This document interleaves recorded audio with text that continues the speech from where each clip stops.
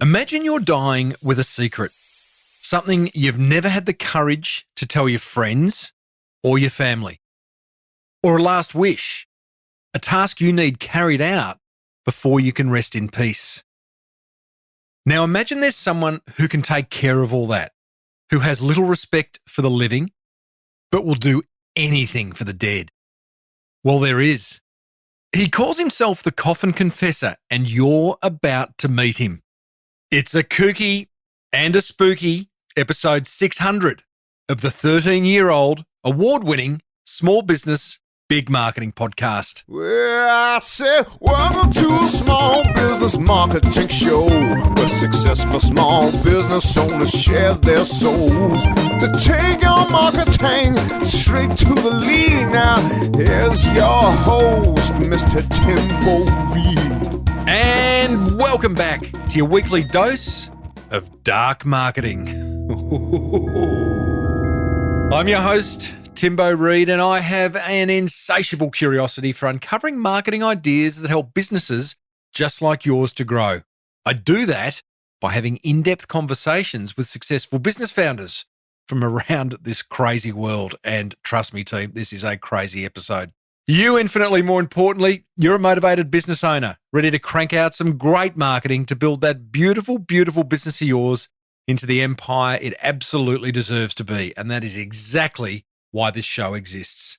As per usual, team, there's marketing GOLD dripping from the ceiling over here at Small Business Big Marketing's HQ. So let's get stuck right in. A little bit of housekeeping before we go and meet Bill Edgar, aka the Coffin Confessor. A number of people have booked me of recent times, presidents of chambers of commerce, which is absolutely fantastic, for speaking gigs. If you didn't know, I do a couple of keynotes around small business marketing. Funny that. And I also MC. So if you are interested, check out timreid.com.au. That's REID. And you can find it all about my speaking abilities or lack thereof. Hey, and thank you to all of you, every single one of you that has called the Small Business Big Marketing Hotline. I love hearing from you guys. I really do. I listen to all the messages. They are piling up. That's why I'm playing 2 every episode going forward, because I just love hearing from you. I love what you share. I love the inspiration you're getting from the various episodes. Now 600. Thank you to every single one of you that have listened to one, if not all of them.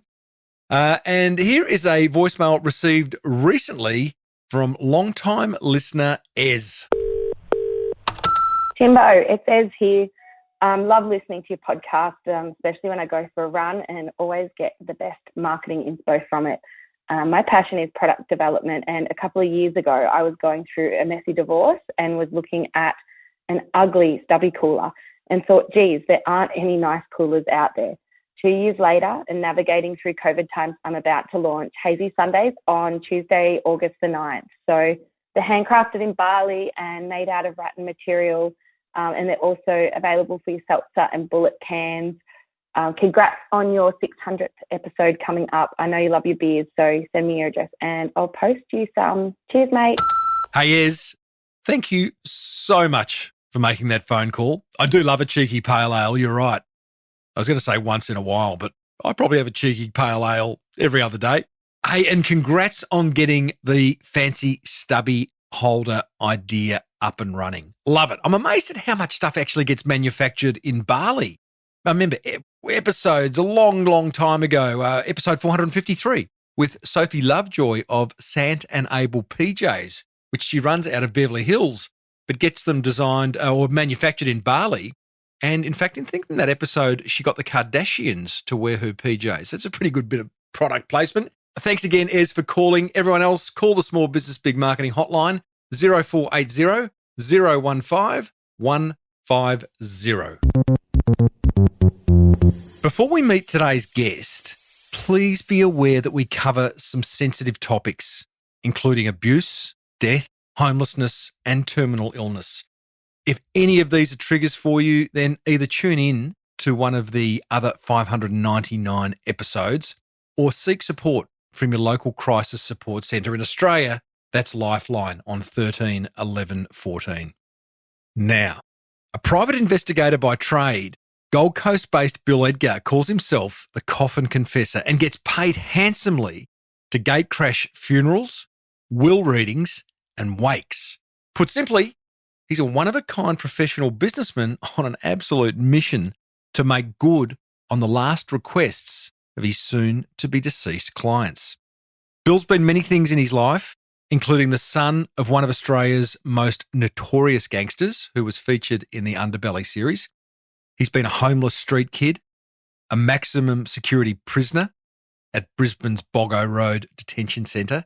He's a family man, activist, philosopher, and much, much more. In this no-holds-barred chat, you'll hear how Bill became the Coffin Confessor, how he gets clients, the weirdest, funniest, and most rewarding jobs he's done, what he charges, it's a fair bit, how he gets the crowd on his side, along with how he became a best-selling author and the subject of a soon-to-be-produced Hollywood blockbuster.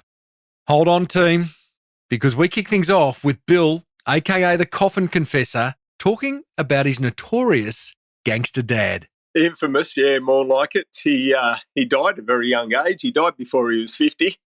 How he died is questionable. Some say it was salmonella poisoning if you talk to the authorities. Other people will tell you he just died and good riddance. And to be honest with you, what I've learnt about him, yeah, he wasn't the nicest bloke. He was a gangster, and he did everything he could for the dollar, and that could mean, and I mean everything, you know. He could intimidate, hurt, kill. He did some terrible things in life, you know. I'm going to ask one. There'll be naive questions throughout this interview, Bill. What is a gangster? Look, a gangster is a self-promoted person that gets to a point of their life where they think they're someone they're really not. That's how I look at it. You know, me personally, I believe he was just a thug and a callous person, you know, personally, but that's me. When you go back to infamy and things like that, my old man's name was Bill Edgar. He was known as the Irishman. He got paid reportedly and allegedly by the police to beat up Finch and Stewart in Boggo Road Jail when they set fire to Whiskey A Go-Go, which he did do. They say Stewart took his own life. Then again, that's debatable as well. So, you know, from what I've learned about the man, I'm glad I don't know him. I'm not associated with him now, and he's dead. And no doubt, you know, it's made a lot of people happy through life that he is dead. I mean, you see these people on Underbelly and all that, and the front people, it's the back people you got to watch. And I call them the ghosts. You got to watch those people. In business and in life. Oh, absolutely. You know, my main motto in anything I do, and I tell this to everybody, even in business, never have a co-accused. Right. Always go alone. And don't tell anybody what you're going to do until you've fucking done it. Oh, geez. I'm getting so out of my depth already.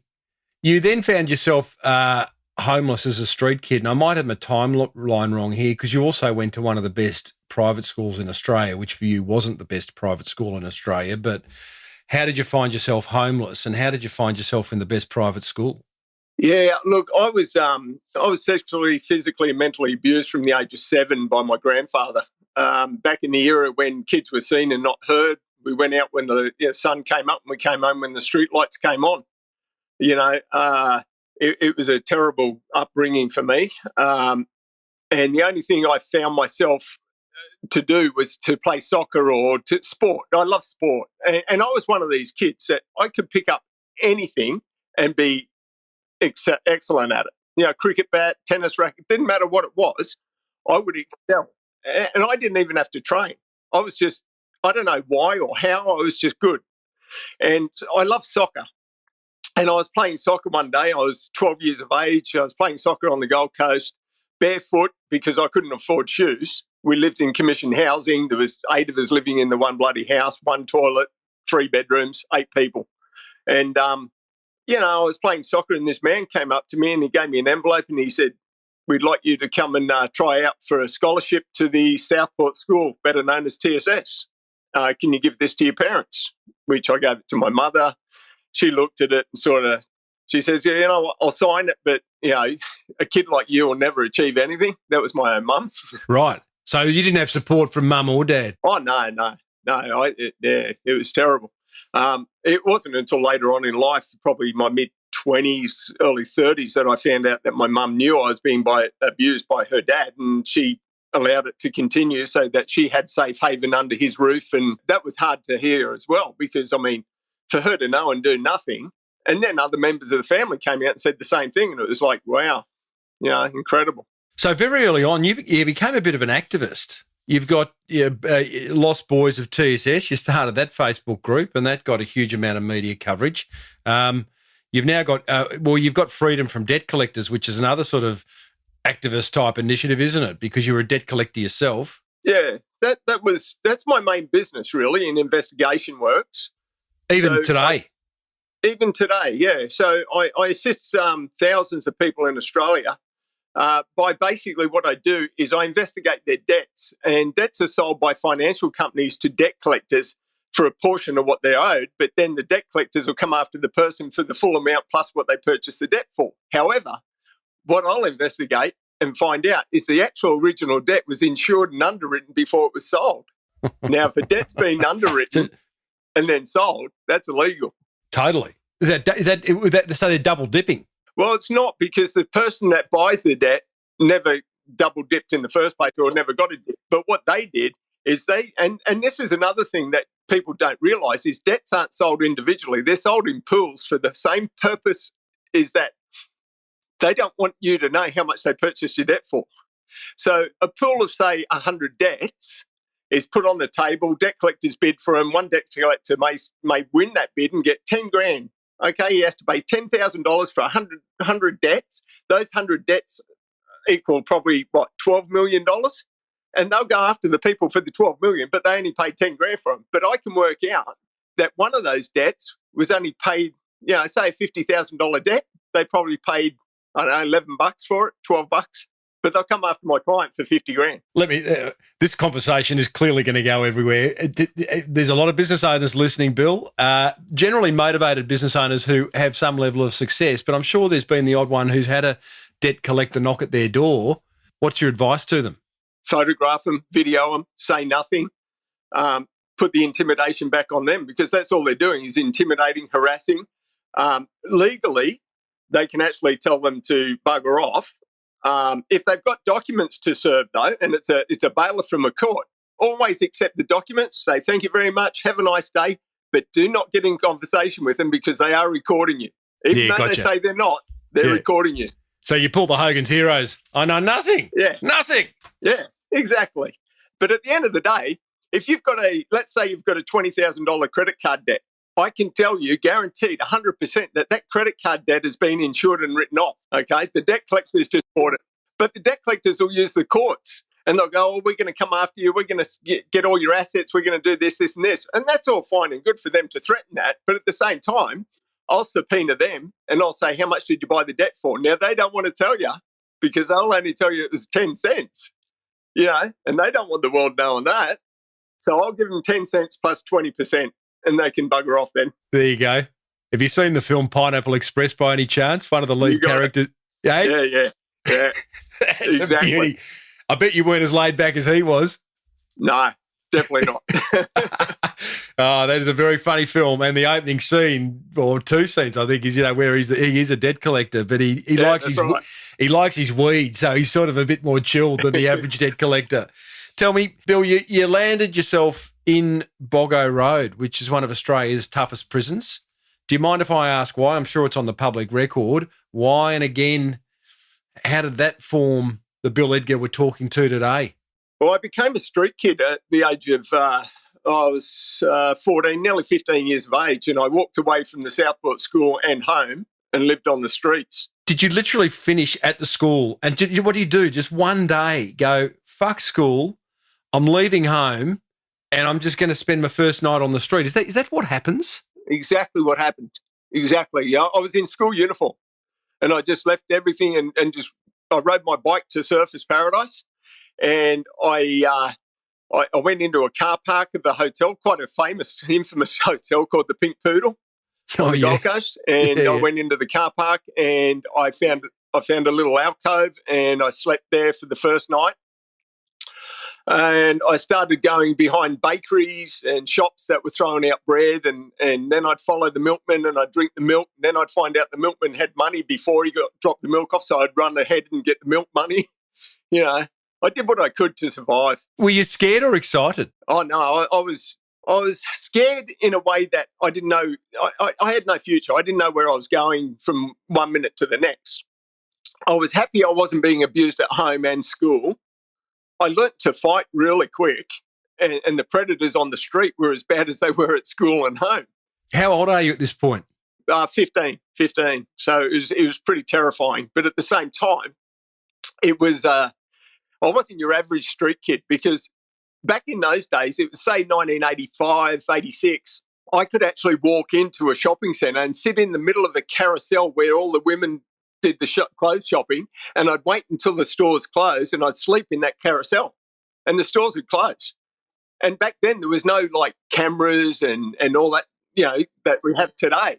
So I used those stores like Walton's, Big W and that, and I slept in those places, and I could eat, drink and do whatever I wanted there for ages, as well as in cinemas. I'd hide in cinemas. The only place that the ushers never check in the cinema, and I'll tell you now, they go up and down the aisles and they'll look at Behind the screen? with their mobile phones now, and they're behind the screen, behind the curtains. I always, as a kid, wanted to go behind the screen. I bloody should have. There would have been others.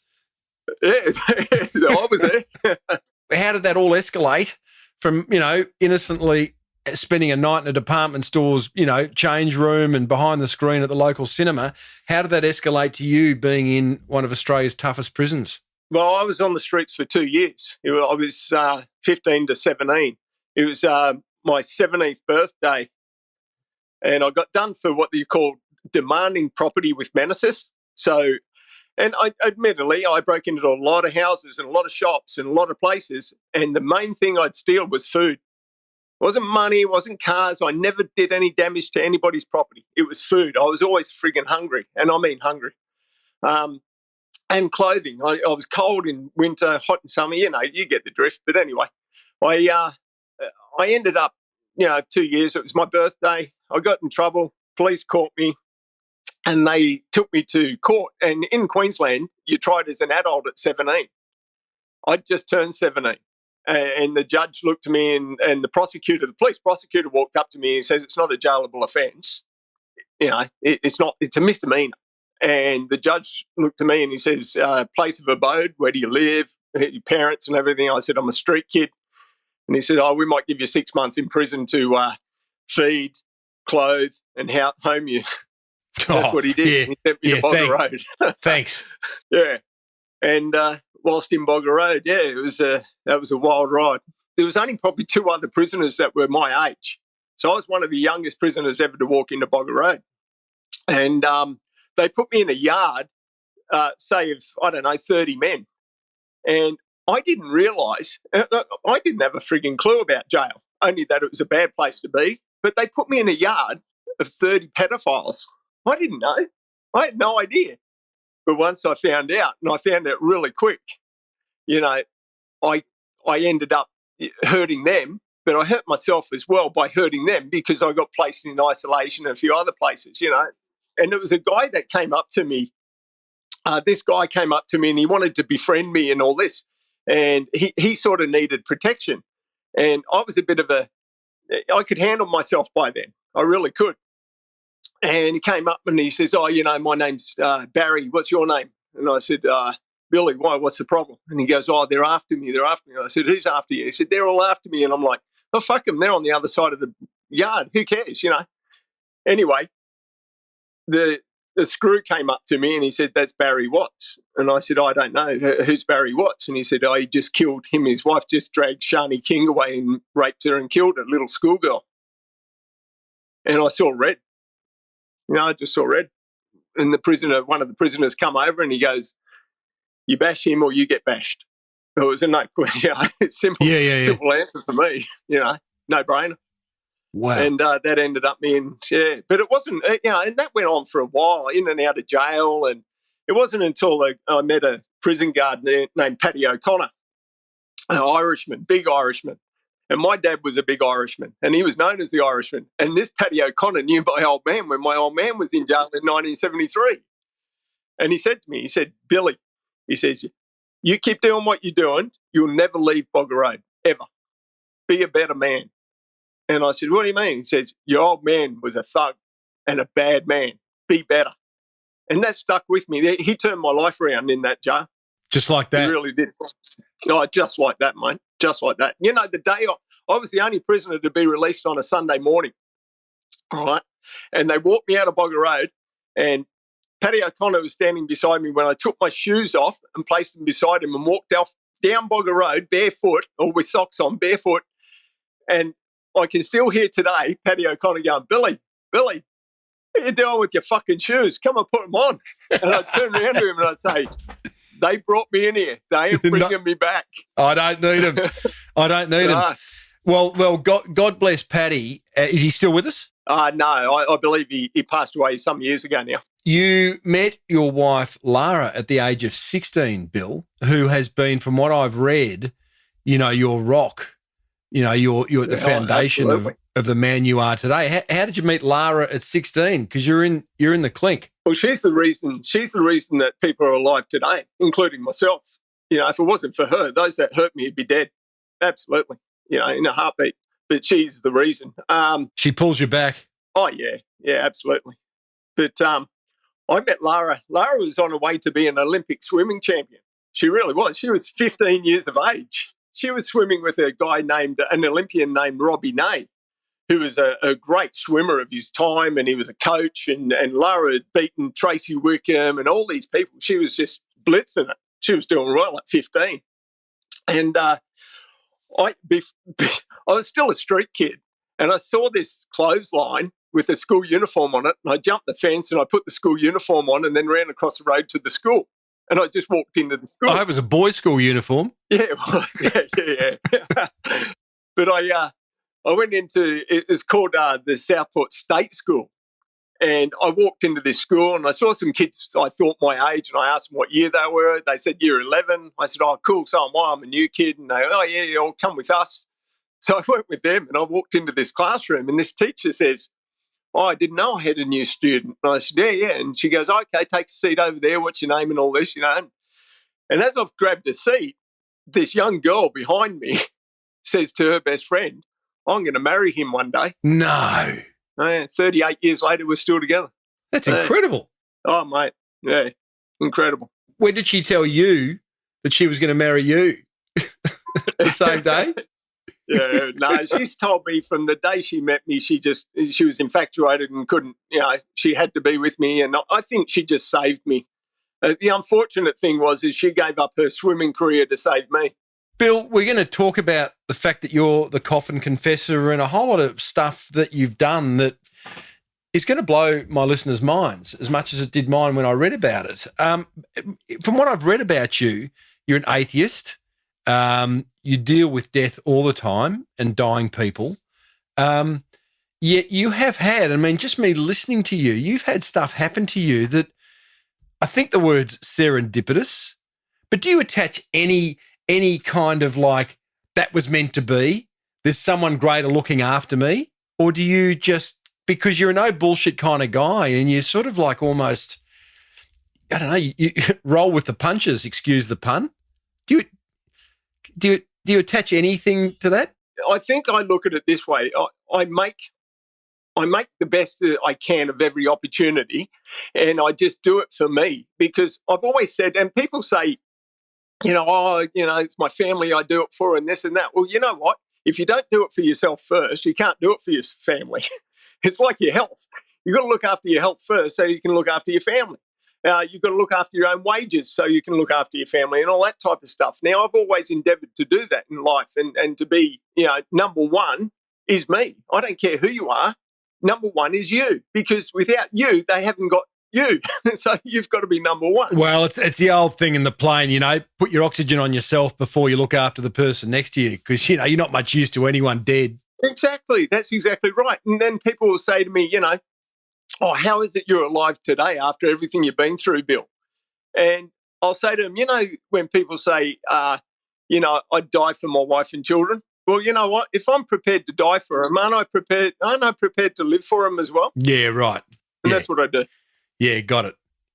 Serendipity, maybe a little touch, but I don't know. Well, I just, I'm almost too scared to get woo with you, Bill, because I don't know where it'll go, mate. But there is something in here where you go, I just think serendipity is the way something, and I'm not religious either. I'm spiritual, but I'm not religious. But it's surely serendipity is the way the universe tells us that you're on the right path, and you've had some seriously serendipitous events happen in your life. So let's talk about the next serendipitous event. Quite a big word for both you and I, Bill, so I won't use it again. So you become this private investigator. You specialise in debt collecting, and that's a nice little business, I'm guessing, that you are creating. And it's probably a business that you're very comfortable in because you're dealing with a very colourful underbelly, if you like. But then at some point, you become what you are now called the Coffin Confessor. How did that happen?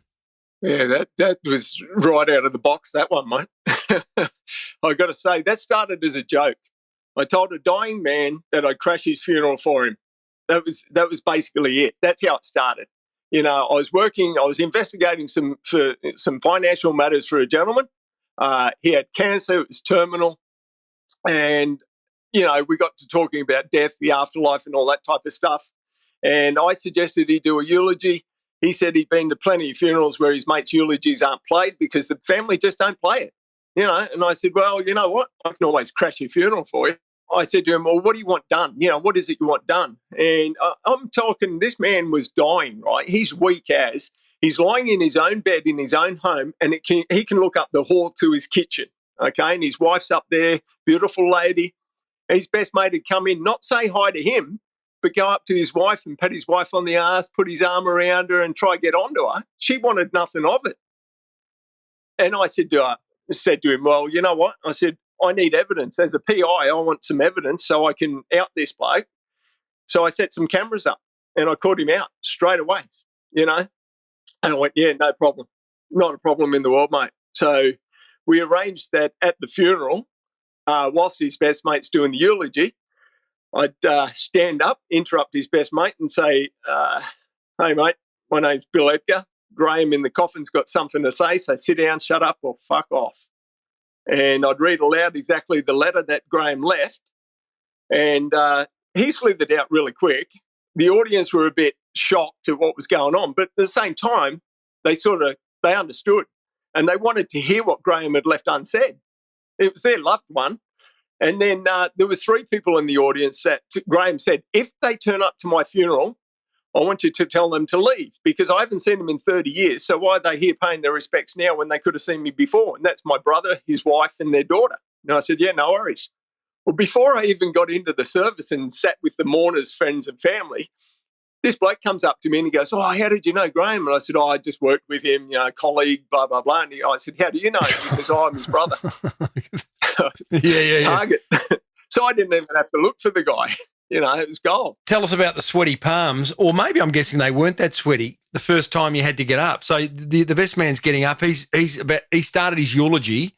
Your instruction is 1 to 2 minutes in. Just take us through that minute from getting off the church pew and walking up the front. Yeah, look, I've got my phone in hand and I'm looking at the time. So I've got a timer on my phone and I'm going, 1 minute's passed.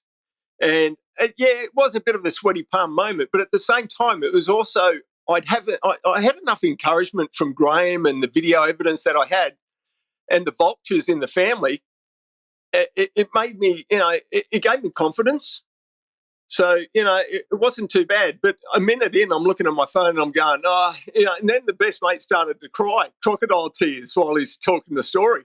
And I went, that's it. It got you now. My back's up. Look out, champion. I'm coming over. Talk about a drop the mic moment. Oh, yeah, total drop mic moment. And you know what? I don't even know if the funeral continued because I put the letter back in the envelope, place the envelope on the coffin and I leave. I got no idea. And that's all the funerals I do. I have no idea if they continue, if there's a fight, if there's love or whatever. You literally just walk down the aisle, do you, and go, I'm out of here. Does no one follow you? Does no one, you've done a few now, and I want to hear a few more stories, but does no one follow you? Does no one sort of come up and go, hey, champ? Yeah, I mean, where's the proof? Where's the proof that Graham asked you to do what you did? Yeah, exactly. Yeah. And personally, I make sure I'm protected from litigation. So I have a video of me and Graham, and I have a signed stack deck from Graham now that allows me to do what I do. And I have that with all my clients. As for anybody that comes up to me at the funeral and says, give me proof, fuck off. You know what I mean? I'm not there to give you proof. I'm there to do a service for Graham, and I've done it. Like it or loathe it, I don't give a shit, mate.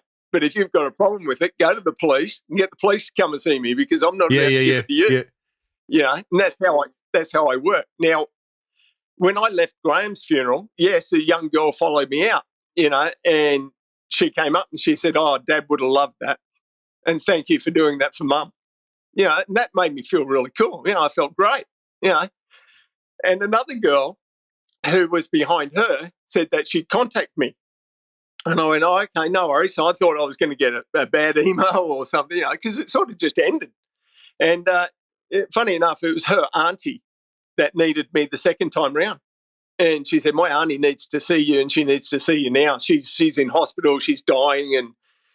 And on the way home, I stopped at a cafe, and I'm sitting there having a coffee, and I'm winding down, and I'm thinking, could this be a fucking business? Surely people don't need this. And then I thought, well, maybe they do. And then I thought, I need a name. And then I thought, well, what can I call myself? Can't be funeral crasher. You know, can't just crash funerals. And then I thought, yeah. And then I Googled it, and I thought, nah, funeral crasher just was too hard. You know, it was sort of, and then what do I do? And I went, well, I confess to people in front of a coffin. So I'm a coffin confessor.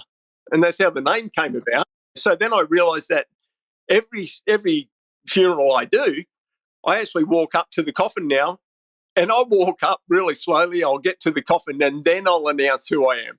And everyone's like, holy shit, what's going on with this bloke? You know? And funnily, the most recent ones is where I'll walk up to the coffin and I'll open the coffin mid-service, and I'll just check it's them, put the coffin lid back down and walk out. But as I'm walking out, I'll go, yeah, you all know, yeah, that's Claire in the coffin, or Brian in the coffin. You're all thinking about it, but I'm telling you, that's actually them now. Because you can go to some funeral and it might not be them. Really? As in they've put the wrong person in the coffin, or you're at the wrong funeral? No, the wrong person in the wrong coffin, or, you know, it's the wrong place, or there's always something that may go astray. You know, you hear it all the time. And I've been to funerals too in the past where I've sat there and I've gone, oh, I wonder if that's Uncle Robert in the bloody coffin. No one fucking knows. That's Could right. be an empty coffin. Who knows? Unless you're going to go up and open it, no one knows. Yeah, we put a lot of trust in funeral directors. Maybe that's my next interview. So you do Graham's funeral, you walk out, his daughter thanks you, a lady behind her comes and says, hey, listen, I need your services for my dying aunt. So you go, you're in a cafe, you think, well, hang on, there's two. Is there a business here? Did it very quickly escalate into a business? Oh, yeah, as soon as the media got hold of it, it did. How did they get hold of it? After Graham's funeral, or? Yeah, someone told some media bloke on the coast here that I interrupted a service. And then he was a reporter, obviously, and the reporter got onto me and said, you know, did you do this? And I said, oh, mate, that's personal. No, I didn't worry about it. And then when I did the next funeral, that got around, and then he went, mate, are you the Coffin Confessor? And I said, yeah, mate. So I did this one story, and it just went, yeah.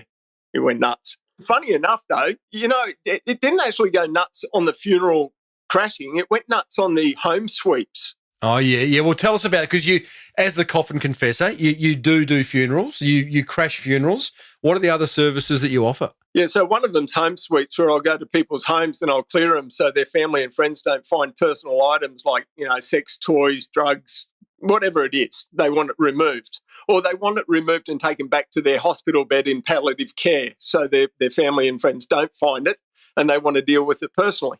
So I'll do that for them. A lot of times I'll say to them, why and what's the need for this? Why can't you? And they'll go, look, it's quite embarrassing what's at home. One gentleman, 88 years of age, had a sex dungeon he wanted removed from his home. He had 3 sons. He didn't want his sons finding that. He was upset that he couldn't return home to get rid of it all. So I did that for him, and he was elated. How does that work? He says, hey, Bill, come and visit me on my deathbed. I've got a sex dungeon at home that I need you to clear out. Here's the keys to the house.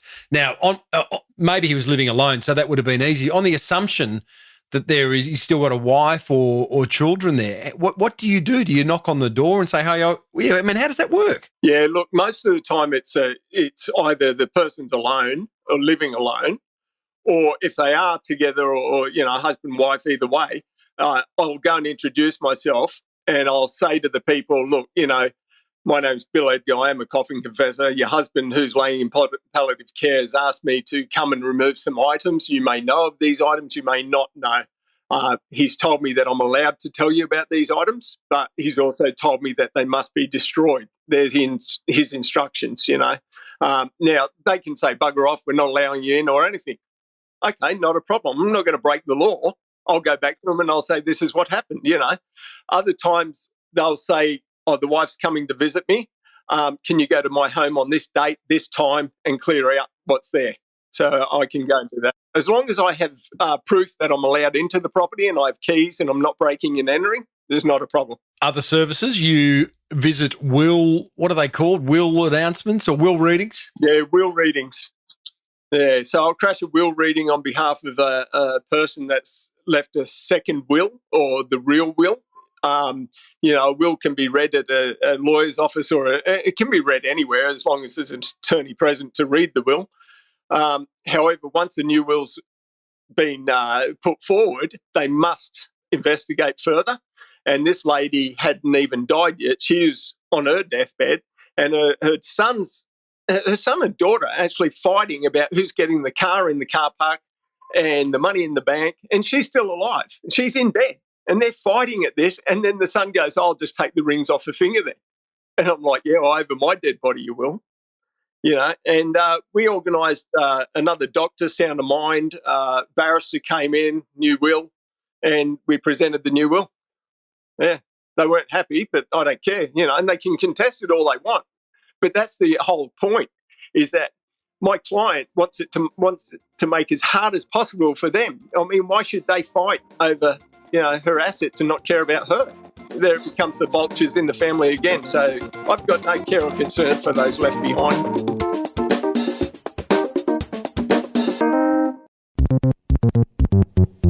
Going in, Bill, and again, you're a very pragmatic man, so I think I know the answer before I ask the question, but your mindset is purely, and as all should business owners, you represent your client. Your client is front and centre. Not only are they paying you, but they've also employed you, they've asked you to do the job. So is that what's in the front of your mind when you're going to doing every single one? Absolutely. First and foremost is my client. Because look, when I meet my client, like any business person, when you first meet a client, you look into what they want and you'll investigate in your own way. You'll do your due diligence. Me, I go above and beyond that, and I have to because I want to know more. And I get to know these people's dirty little secrets, their loves, their desires, their hopes, their dreams, all before they die. I get to know their intimate life in such a short time, and I'll know more about them than they've been with their husband for 30, 40 years. And I've only known them for a month. It's a beautiful thing because, the funerals that I crash, they're not all revenge there's good, bad, funny, sad. Well, let's go through that because, and I do, and I know everyone right now who's listening to this is going, ask him what he charges. I'm going to ask you that shortly, but let's just go through whether it be a funeral, a will reading, a house clearing, whatever it may be. Let's go through some scenarios. What's the weirdest thing you've had to do as the Coffin Confessor? Oh, the weirdest and most confronting thing would have to be going to the viewing of a body and pinpricking the body to make sure the bloke was dead. That was his request? Yeah, he was petrified of being cremated alive or buried alive. And he responded? No. He was dead. He asked you to prick his body, just make sure I'm dead, buddy, before they do whatever they're going to do with me. Okay. Yeah, he said to me, look, I want you to treat me like a pin pushing, and just prick me as much as you can. And if there's any sign of movement, anything at all, make sure you alert authority. I'm like, not a problem. No drama at all, mate. So when I got there was the family all doing the viewing and that. And I asked for a couple of minutes on my own after the family sort of finished. And the lady there said, "Oh, you knew him well?" I said, "Yeah, I knew him really well, and she goes, "Oh, I'll give you a minute or two." And I said, "Oh, thank you very much." And I take my phone in and I video myself doing it. So I'm all covered. So, I've got the contract, I've got the video, And then some people go, "When's your body not your body?" That's sort of interfering with a corpse. Oh, yeah. His body. Well, it's his body. Well, it's his body. It would have been a very holy funeral, that one. Excuse the pun. Now, Bill, the funniest thing you've ever done as the Coffin Confessor? Oh, I got to say, I think the funniest thing that went over was at a bikie's funeral when I announced he was gay, and the actual bikie said to me, "Now, make sure you say it wasn't you, David." And I go, "Well, why is that?" And he said, "Because there's going to be about 5 or 6 Davids there, and they're all going to look at each other." And I'm like, That's okay. a sense of humour. And when I did that, one of the Davids actually stood up, in the back, and everyone sort of looked, and he goes, "Hey, fucking me, pal." And I'm like, Are we talking proper bikies? Are we talking Hell's Angels types set up here? Yeah, you're talking bikie gang, yeah. But they were very confronting at the start. But at the same time, like, I'd done a few funerals before I got to that one, and I sort of said to him, I said, "Listen, this is your friend in the coffin, right? He's your loved one. You wouldn't be here otherwise. Listen to what the man has to say, and if you don't, you can fuck off." And a couple of the boys said, "No, well, you can fuck off." And then a couple of others come in, and they go, no, we want to hear what he has to say, but if we don't like it, he can join him in the fucking hole. And I went, "Fair enough, no worries." So, I read aloud what happened, and they took it well. You know what? The people that truly loved that person, they knew he was bisexual. Yeah. Fucking knew. And it's like any funeral I crashed. When I first did Graham's funeral, half the congregation were like, "Yeah, Brian's a fucking prick. He's been trying to get on to my wife as well." They all knew what Brian was like. They were happy he was outed at the funeral. So fuck him. Tell me, do you carry a weapon? I never carry a weapon. Everything you do is totally legal. Totally legal what I do, because I'm the only person that I know on the planet that is invited to funerals by the actual person that died. Well, I want to come to that because it's surely, buddy, there's been competition coming up, but we will come to that. Scariest thing you've ever done, Bill? I think the scariest thing I ever did was actually I jumped into the grave before the coffin was lowered, and I've placed an item under it. What was it? A monetary item. The scariest part, though, is I don't know, it's the most, like, anybody says they can do anything and there's no fear in that. You stand in the grave, and I'm telling you, it's not 6 foot. People say, "Oh, you buried 6 foot under." No frigging way. They're like 12 and 14 feet, some of them. The front cover of your book indicates that. Well, I was going to say a beautiful front cover, but it's a very compelling front cover. Tell me, just play me through that. You're at the cemetery, the grave's dug, everyone's standing around waiting for the deceased's coffin to be lowered into it. What do you do? It's all paid for prior, so I'm already down the hole. And I don't know if you've been to these. There's like fake grass around the coffin, right? And the coffin's laid on top. Now, I've already got, and you've got to pay certain people to get certain jobs done, right?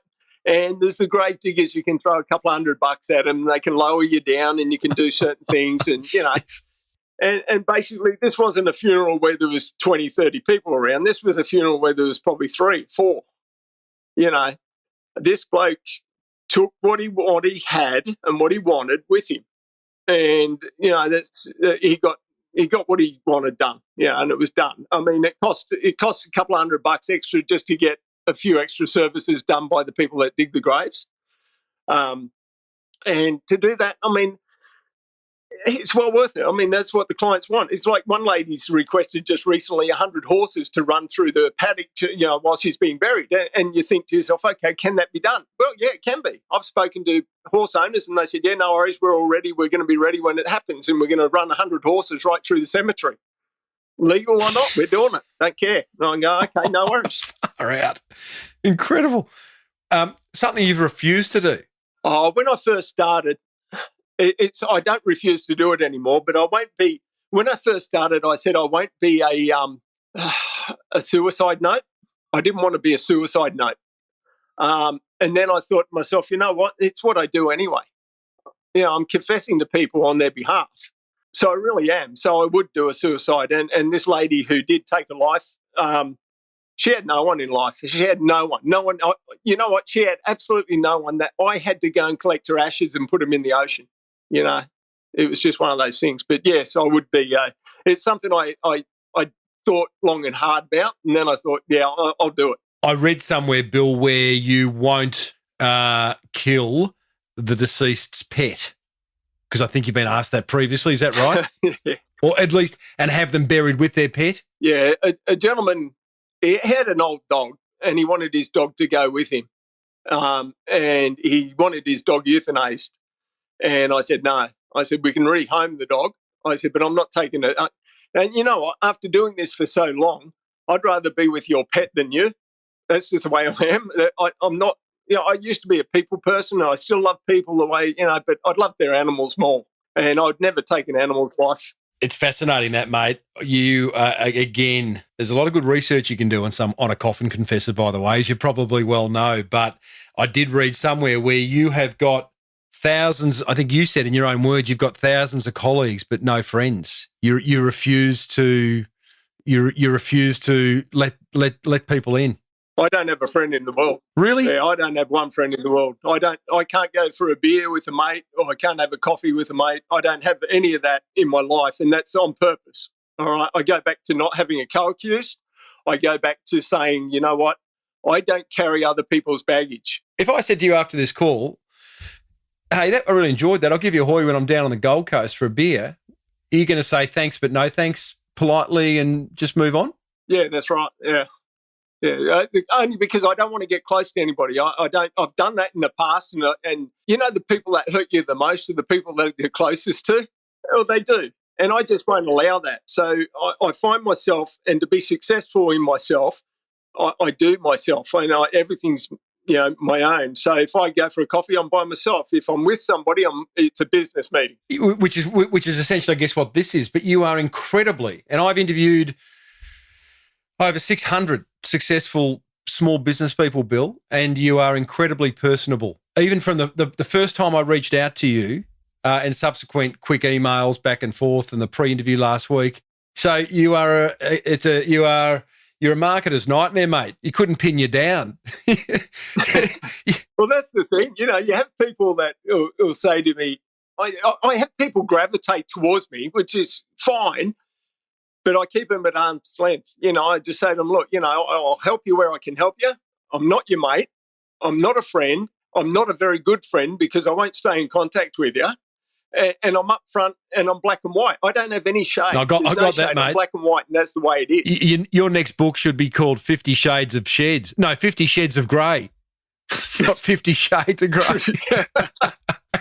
Tell me, you are, again, having spoken to so many business people, some are on purpose, some I just get a sense aren't, yet they're still successful. I get a sense from that incredible early background of your life to where you are now, you are very much doing what you've been put on this planet to do. Would you agree with that? Yeah, I think so. I think it's one of those things that I've sort of always stood up for the underdog, and the person that can't help themselves. I mean, even today, the funniest thing that I find is that I couldn't read, write, or spell until I was 30 years of age. Right. When I hit 30, I started to really get into it. I was embarrassed for my kids. I was tree lopping. I was doing every job you could think, window cleaning, tree lopping, roof fixing, whatever it was, I was doing it to make a dollar, security, all that type of crap. And then I got into reading and I started reading my own way, not the conventional way. I don't know how or why it happened, but I'm also very mathematical, but I see things in a different way to a lot of people. And I see numbers rather than letters and words.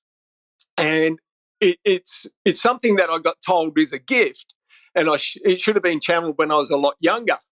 And although I've channeled it now, so I'm now 53 years of age. So I started read, writing, all that at 30.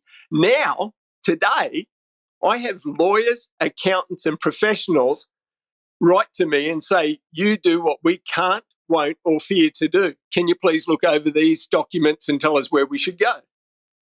So I get paid handsomely to do all that, which is really cool. What an irony. Yeah, I imagine every job you do, whether it be a will reading or a funeral, whatever it is, Bill, they're all rewarding. Can you pick a most rewarding moment in your coffin confessing career? Rewarding moment would be, look, I guess one gentleman that had he had a conflict with his daughter. Him and his daughter had a falling out many years ago. He wasn't allowed to see his little granddaughter. He was heartbroken, devastated. I mean, the fallout was just between, it was actually him and his wife had a big fallout, and the daughter copped a lot of the brunt, but she didn't see the full story. And it was something that she needed to see, was the full story of her dad. And she was working up north in a bloody cafe and doing what she was doing. And he passed, and I had to go and see her and present her with a letter and like a video. It was a USB clip of a dad telling this story. But what was beautiful about that and fulfilling is her dad left her his boat, and it wasn't just a boat.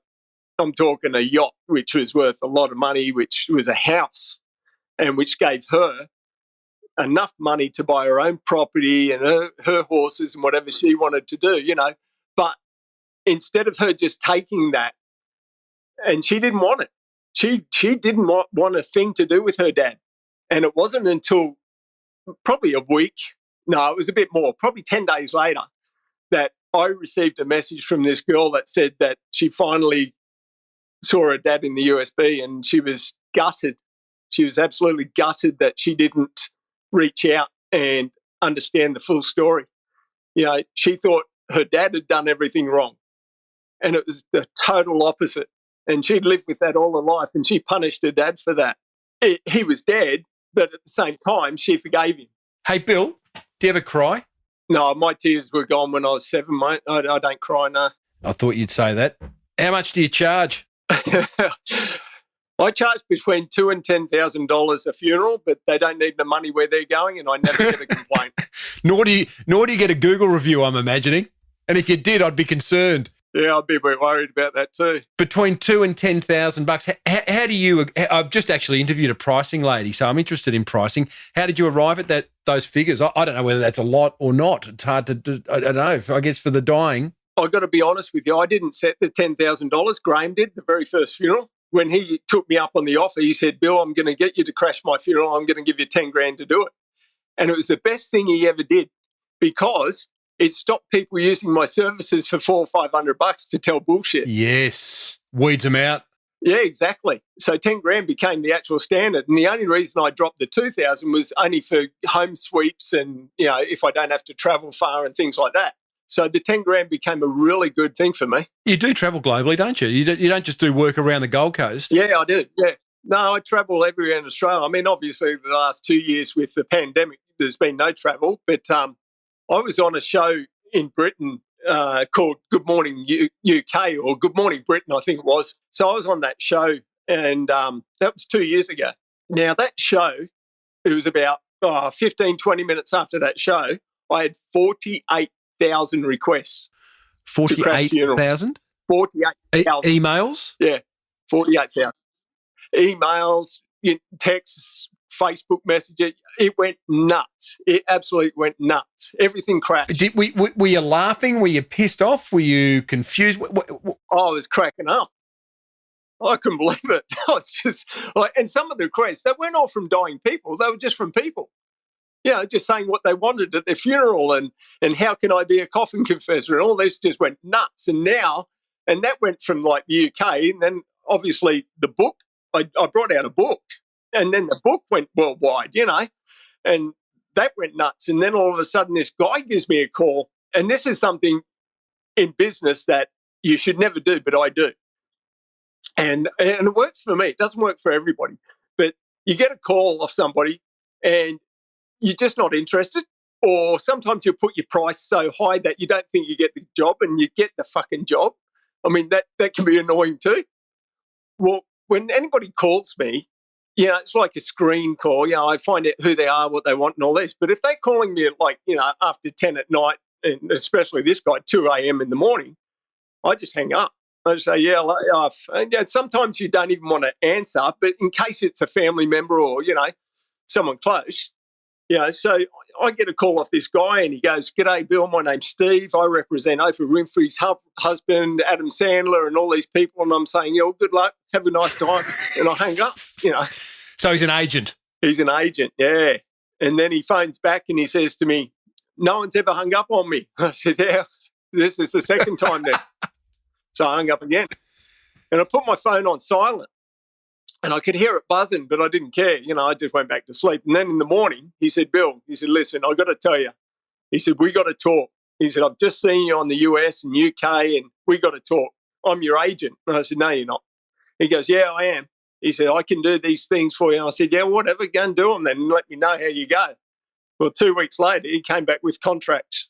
Came back with a contract from Paramount Pictures for a movie. And there was another one for a reality show and another one for a drama series, and all different people, different companies globally. And he said, "Look, I've just spoken to Adam Sandler. I've just spoken to Chris Rock. I've just spoken to a couple other people, and they're really keen on looking into this. What do you reckon?" And I went, "No, yeah, okay, let's do it." Agent. So actually you ended up taking him on. Is he still your agent? Yeah, he's still my agent, yep. So on Wednesday, in 2 days' time, I'm actually meeting the Coffin Confessor. What do you mean? Well, the person that'll play the Coffin Confessor in the movies. Face-to-face or virtually? No, it'll be virtually, but I'll be going over there soon and, yeah. And who is it? Can't tell you. Did you have any influence on who that would be, or...? No, I have. They've hired me as a basically to mentor and the actor and just show them what I do and how I do it and everything like that. Bit of an advisory role and a bit of a cameo appearance. So you've got an agent who's got you a deal with Paramount, who has now attached talent to it, which is going to be announced in 2 days' time. Geez, I'm going to have to call you Thursday to find out who it is. Is there a script? Yes. Is there a director? I'm not at liberty to disclose any of that. Mate, that's amazing. For a bloke who, I was going to say he doesn't like the limelight, but that's actually not true, because the amount of media coverage that you have had is extraordinary. I mean, of course, I haven't done this, but if you were to add up the column centimetres and the seconds that you have got, I mean, I found you on This American Life, one of the biggest podcasts in the world. You've been on Good Morning Britain. I mean, you've had coverage up and down, all the American news networks. I mean, it would run into the millions and millions and millions of dollars. Yeah. And so tell me about Bill Edgar's ego, because and I feel like you've got it in check. I feel like I'm your psychologist, mate. So just tell me to back off if I'm getting But I mean, there's some big ego attached there, brother. If you allow it, and maybe in the next 2 or 3 years, it could potentially get the better of you, unless this manager fellow, or unless you have a friend, of which you don't. I've got to say, if it was in my 30s, 40s, yes. Now I'm more mature. I don't know. I don't need or want for anything. I've made everything I've got today. I mean, my wife and I lived in a tent with 2 kids. I mean, we had nothing. And we've now, to this day, we've made it ourselves. We own 3 properties, cars. We live a good life. We do hard work, both of us. And we've done all that before anything even comes in, So I don't want or need for anything. All this stuff is just, I look at it as a bit of fun. I'm enjoying the ride, but I mean, it's not like I'm going to, be a big head or anything else and fly my own jet. Fuck that. I've got a farm. I love sitting on my farm by myself with a fire and a bottle of port and talking to the dog and the horses. I hope you're right, because I mean, again, you wouldn't be the first, bloke who just likes cruising through life, who all of a sudden has these amazing opportunities, and life does take strange turns and twists, as you've already experienced. But I'm on your side, man. I reckon you'll handle it okay. So the movie, anything going to happen with a reality TV show?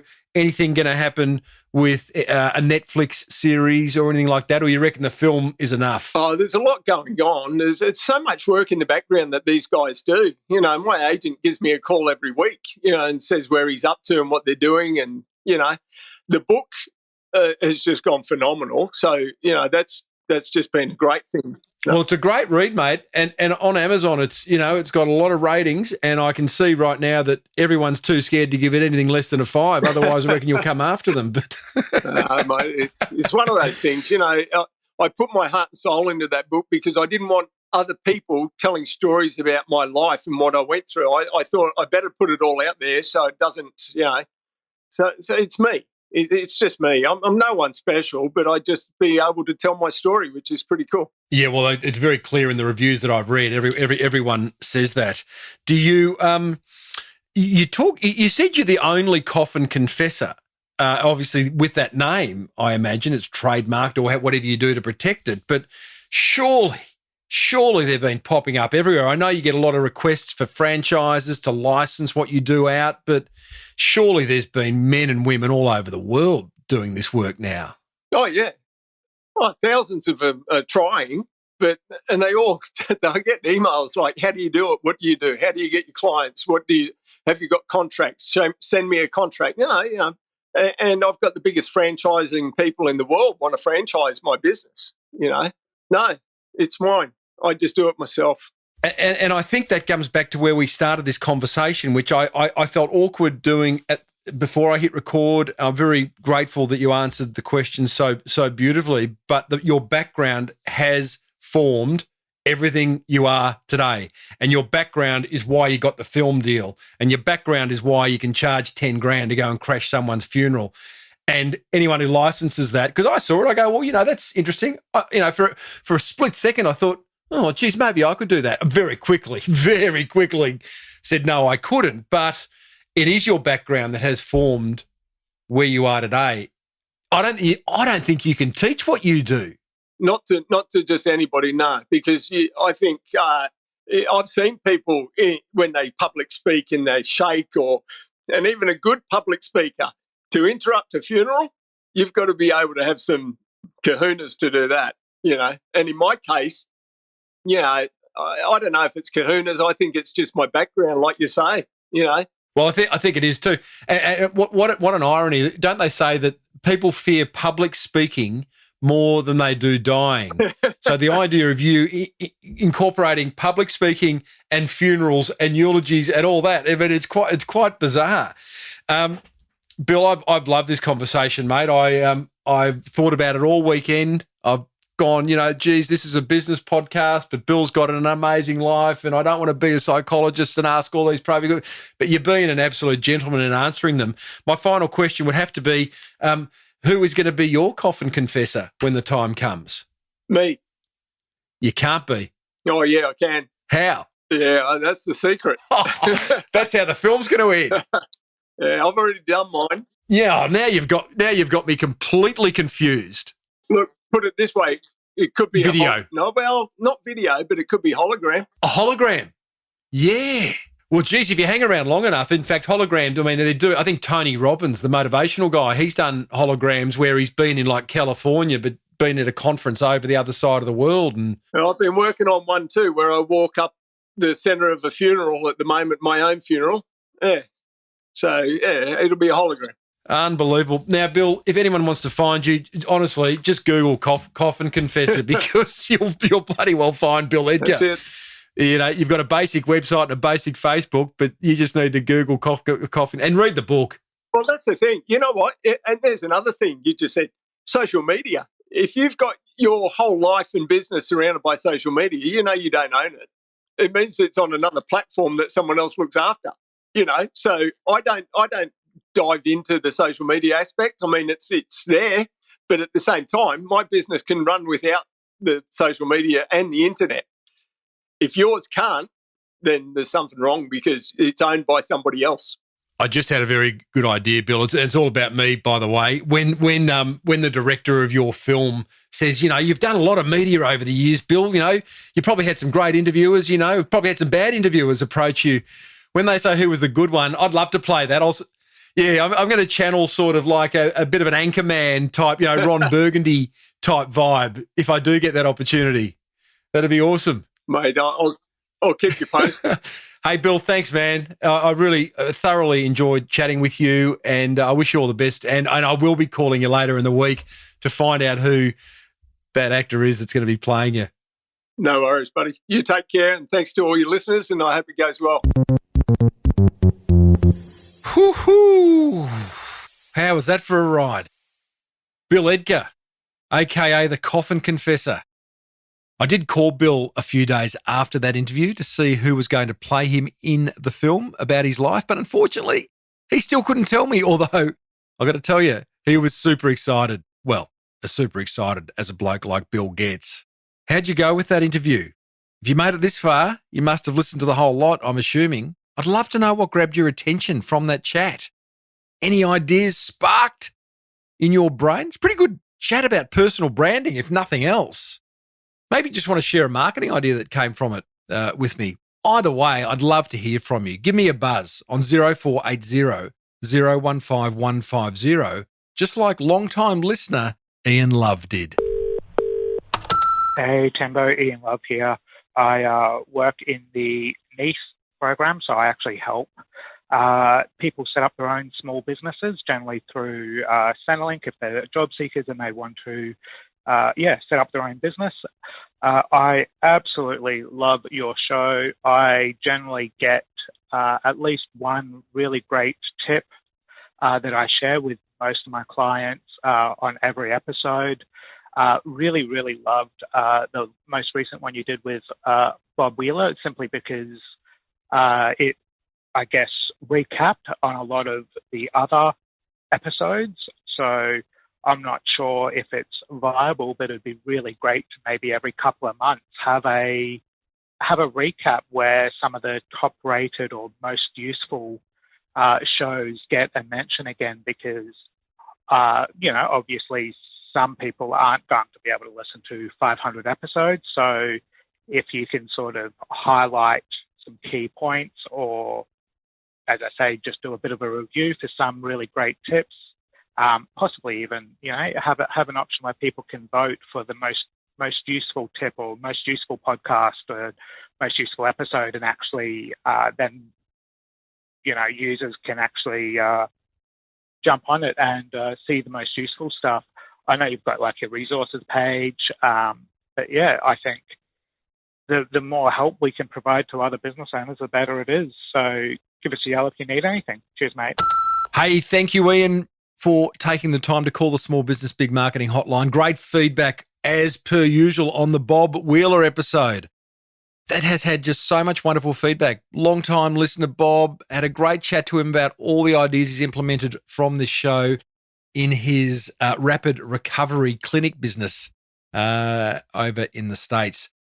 I do often think about ways of pulling all the ideas together, Ian, from, what is now 600 episodes. I thought about writing a book or books, maybe a journal, maybe putting on a retreat, going through them. Wouldn't mind doing that. Maybe there's an opportunity for online course. Look, there are so many ideas over 600 episodes. I get it. What would you do if you were me? I'd love to know. Call me 0480 015 150 and let me know. Next week, you and I catch up with a founder whose business is booming following a motorcycle accident that inspired a very, very smart idea. If you enjoyed today's episode, be sure to hit the subscribe button and leave a review on your favourite podcast app, where you will find 599 more chats with successful business founders. Probably none like we had today, but there's still some pretty good ones there, I can promise you. If you're ready to create some helpful marketing, then grab a copy of my book, The Boomerang Effect, over at smallbusinessbigmarketing.com. This show was edited by the amazing Alex Amster, the music bed written, sung and produced by rockstar Lockie Dolly, and made possible by the good people at Dell and Studio Hawk, who genuinely care about us small business owners. Thank you to you for tuning in. May your marketing be the absolute best marketing. Bye for now.